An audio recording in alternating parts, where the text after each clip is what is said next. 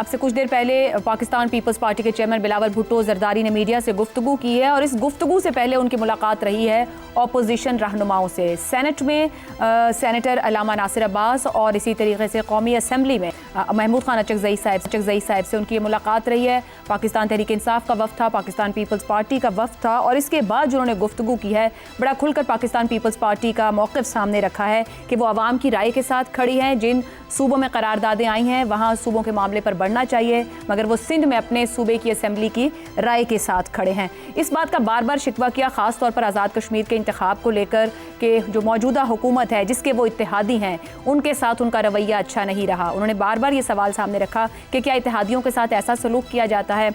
ये भी कहा कि उनके कंसर्न्स, उनके ग्रीवेंसेस को एड्रेस नहीं किया गया, हुकूमत की तरफ से कोई राब्ता नहीं किया गया, पाकिस्तान पीपल्स पार्टी के साथ इंसाफ नहीं हो रहा है और कह रहे हैं कि मुश्किल है इस तरीके से साथ बैठना जब तक सामने यानी कि जो हुकूमत है जिनके वो इत्तेहादी हैं उनकी बात को ना सुने, उनके मामलात को ना एड्रेस करें।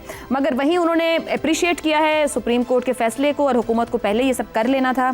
साथ ही वो ये भी कह रहे हैं कि किशन के साथ जो राब्तों का फुकदान था वो मामला ख़त्म हो गया है। अब देखना यह है, जो ऊपर गुफ्तगू हो रही थी कि एक पोलिटिकल अकोमोडेशन की सूरत हाल नज़र आ रही है, फौरी तो नहीं मगर आने वाले दिनों में जो अब आगाज़ हो रहा है ये सियासी तौर पर कोई तब्दीलियाँ लेकर आएगा। इसी पर पैनल के सामने सवाल रखेंगे। एतराज़ात दूर होने तक नून लीग के साथ कोई ताउन नहीं, पाकिस्तान पीपल्स पार्टी के बगैर कानून साजी हो सकती है तो कर लें, पेज एक भी हो सकता है मगर दाल में कुछ तो काला है। बिलावल भुट्टो का खुला सियासी चैलेंज या सियासी तब्दीली की आहट। ज़ैगम खान साहब, इस्लामाबाद में भरपूर तौर पर सियासी एक्टिविटी हो रही है, सेशंस का भी आगाज़ हो चुका है। बिलावल भुट्टो जरदारी की मुलाकातें होना, ये गुज़िश्ता रोज़ भी खबर थी कि होगी, मगर अब आज जाके मुलाकातें और वो खुश हैं इस बात पर कि जो राब्तों का फुकदान था अपोजिशन के साथ वो अब ख़त्म हो गया है। आपको लगता है पाकिस्तान तहरीक इंसाफ और पीपल्स पार्टी, हम गुज़िश्ता दिन भी सवाल पोस्ट कर रहे थे कि करीब आते दिखाई देते हैं या सिर्फ हुकूमत को कह रही है पीपल्स पार्टी कि हमारी तरफ तवज्जो करो, हम इत्तेहादी हैं, हमारे मसाइल को भी हल करो? वो शहबाज क्या परवाज़ करेगा जो 19 साल पहले से 19 साल की उम्र से उड़ने की कोशिश कर रहा है और आज 38 साल की उम्र में भी हमें पता नहीं है कि अब्बा दुम छोड़ेगा या नहीं छोड़ेगा। देखिए, बिलावल की नज़र अगले इलेक्शन पर है, 2.5 साल बाद, जो वो समझते हैं कि उनका इलेक्शन होगा, जिसमें वो समझते हैं कि वो सीरियस कंटेंडर हो सकते हैं पाकिस्तान के प्राइम मिनिस्टर बनने के लिए। और उसके लिए जो उनकी स्ट्रेटजी है कि हुकूमत से एक फासला दिखाया जाए, हुकूमत का वज़न उठाकर उस इलेक्शन में पीपल्स पार्टी ना जाए, वो ना जाए, वो एक एंटी गवर्नमेंट पार्टी के तौर पर जाएं इलेक्शन में और अपोजिशन के साथ हाथ मिला के जाएं। अब बाकी तो 1000 बहाने हैं जो बनाए जा सकते हैं कि क्यों नाराज़ हैं, किस वजह से नाराज़ हैं, ये गलत हो गया, वो गलत हो गया, वो बहाने तो बनते रहेंगे। अब इस वक्त तो लगता है कि जरदारी साहब उनको ज़्यादा मना नहीं कर रहे, लेकिन जो बाकी धमकियां वो दे रहे हैं कि कानून नहीं बनने देंगे, ये काम करेंगे तो फिर पता चलेगा। देखते हैं, बजट रोक कर वो दिखाते हैं, हुकूमत को गिरा देते हैं, कई कवानीन पास नहीं करते। अभी तो अब्बा जान ने कानून जिन पे साइन करना था, जिन अहम तरीन चीज़ों पे साइन करना था, उनको भी नहीं रोका है। लेकिन मुझे नहीं लगता कि उनके इन जेस्चर्स पर अपोजिशन ज़्यादा एतबार करेगी या पीटीआई उनको ज़्यादा करीब आने देगी, इसलिए कि वो यही डिमांड कर रही है, यही डिमांड करेगी कि ठीक है, आप एंटी गवर्नमेंट हैं, आप हमारे कैंप में हैं, तो फिर ज़रा हुकूमत की सपोर्ट बंद करें ना।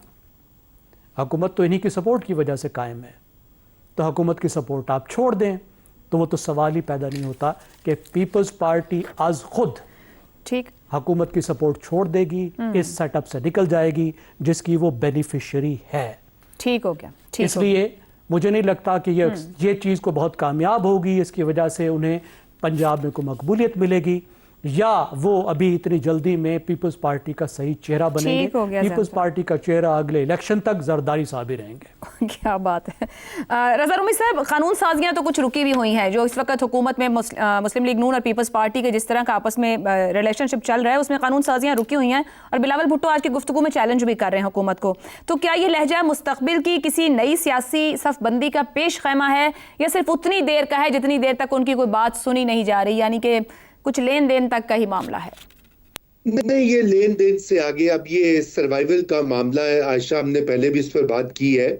मसला ये है कि पाकिस्तान पीपल्स पार्टी किसी तरह से जो एनएफसी का फॉर्मूला है, क्योंकि वो आईनी अमेंडमेंट 18वीं तरमीम में लाने का वो बार बार क्रेडिट लेते हैं, और ये दुरुस्त बात भी है कि जरदारी साहब का उसमें बहुत बड़ा रोल था, वो उसके ऊपर कोई तब्दीली नहीं चाहती, नंबर एक।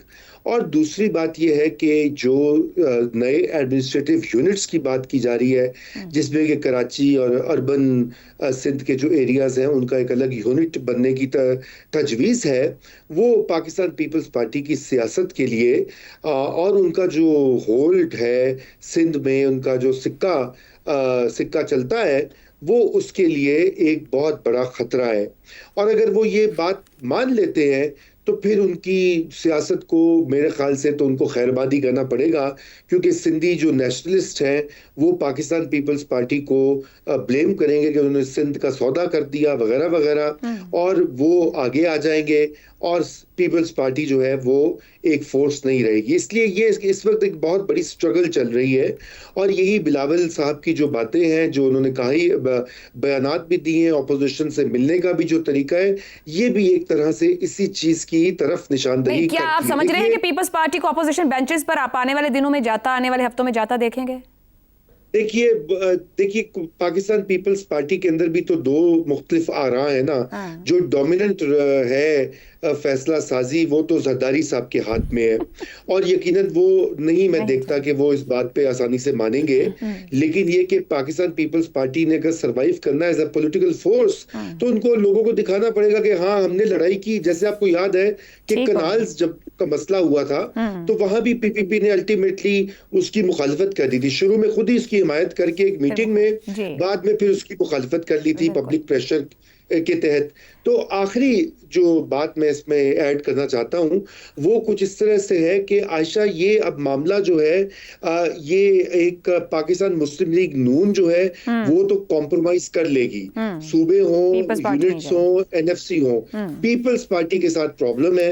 और पीपल्स पार्टी अगर नहीं होती इस पूरे गेम में, तो फिर ये आईनी तरामीम जो है खटाई में पड़ सकती है। दुरुस्त हो गया जी। शहजाद चौधरी साहब, गुफ्तगू यहाँ तक पहुंची, क्या नून लीग और पीपल्स पार्टी के दरमियान इख्तिलाफ सिर्फ चंद सियासी एतराजात तक ही महदूद है, या इख्तिदार के ऐवानों में कोई बड़ी खलीज हो चुकी है?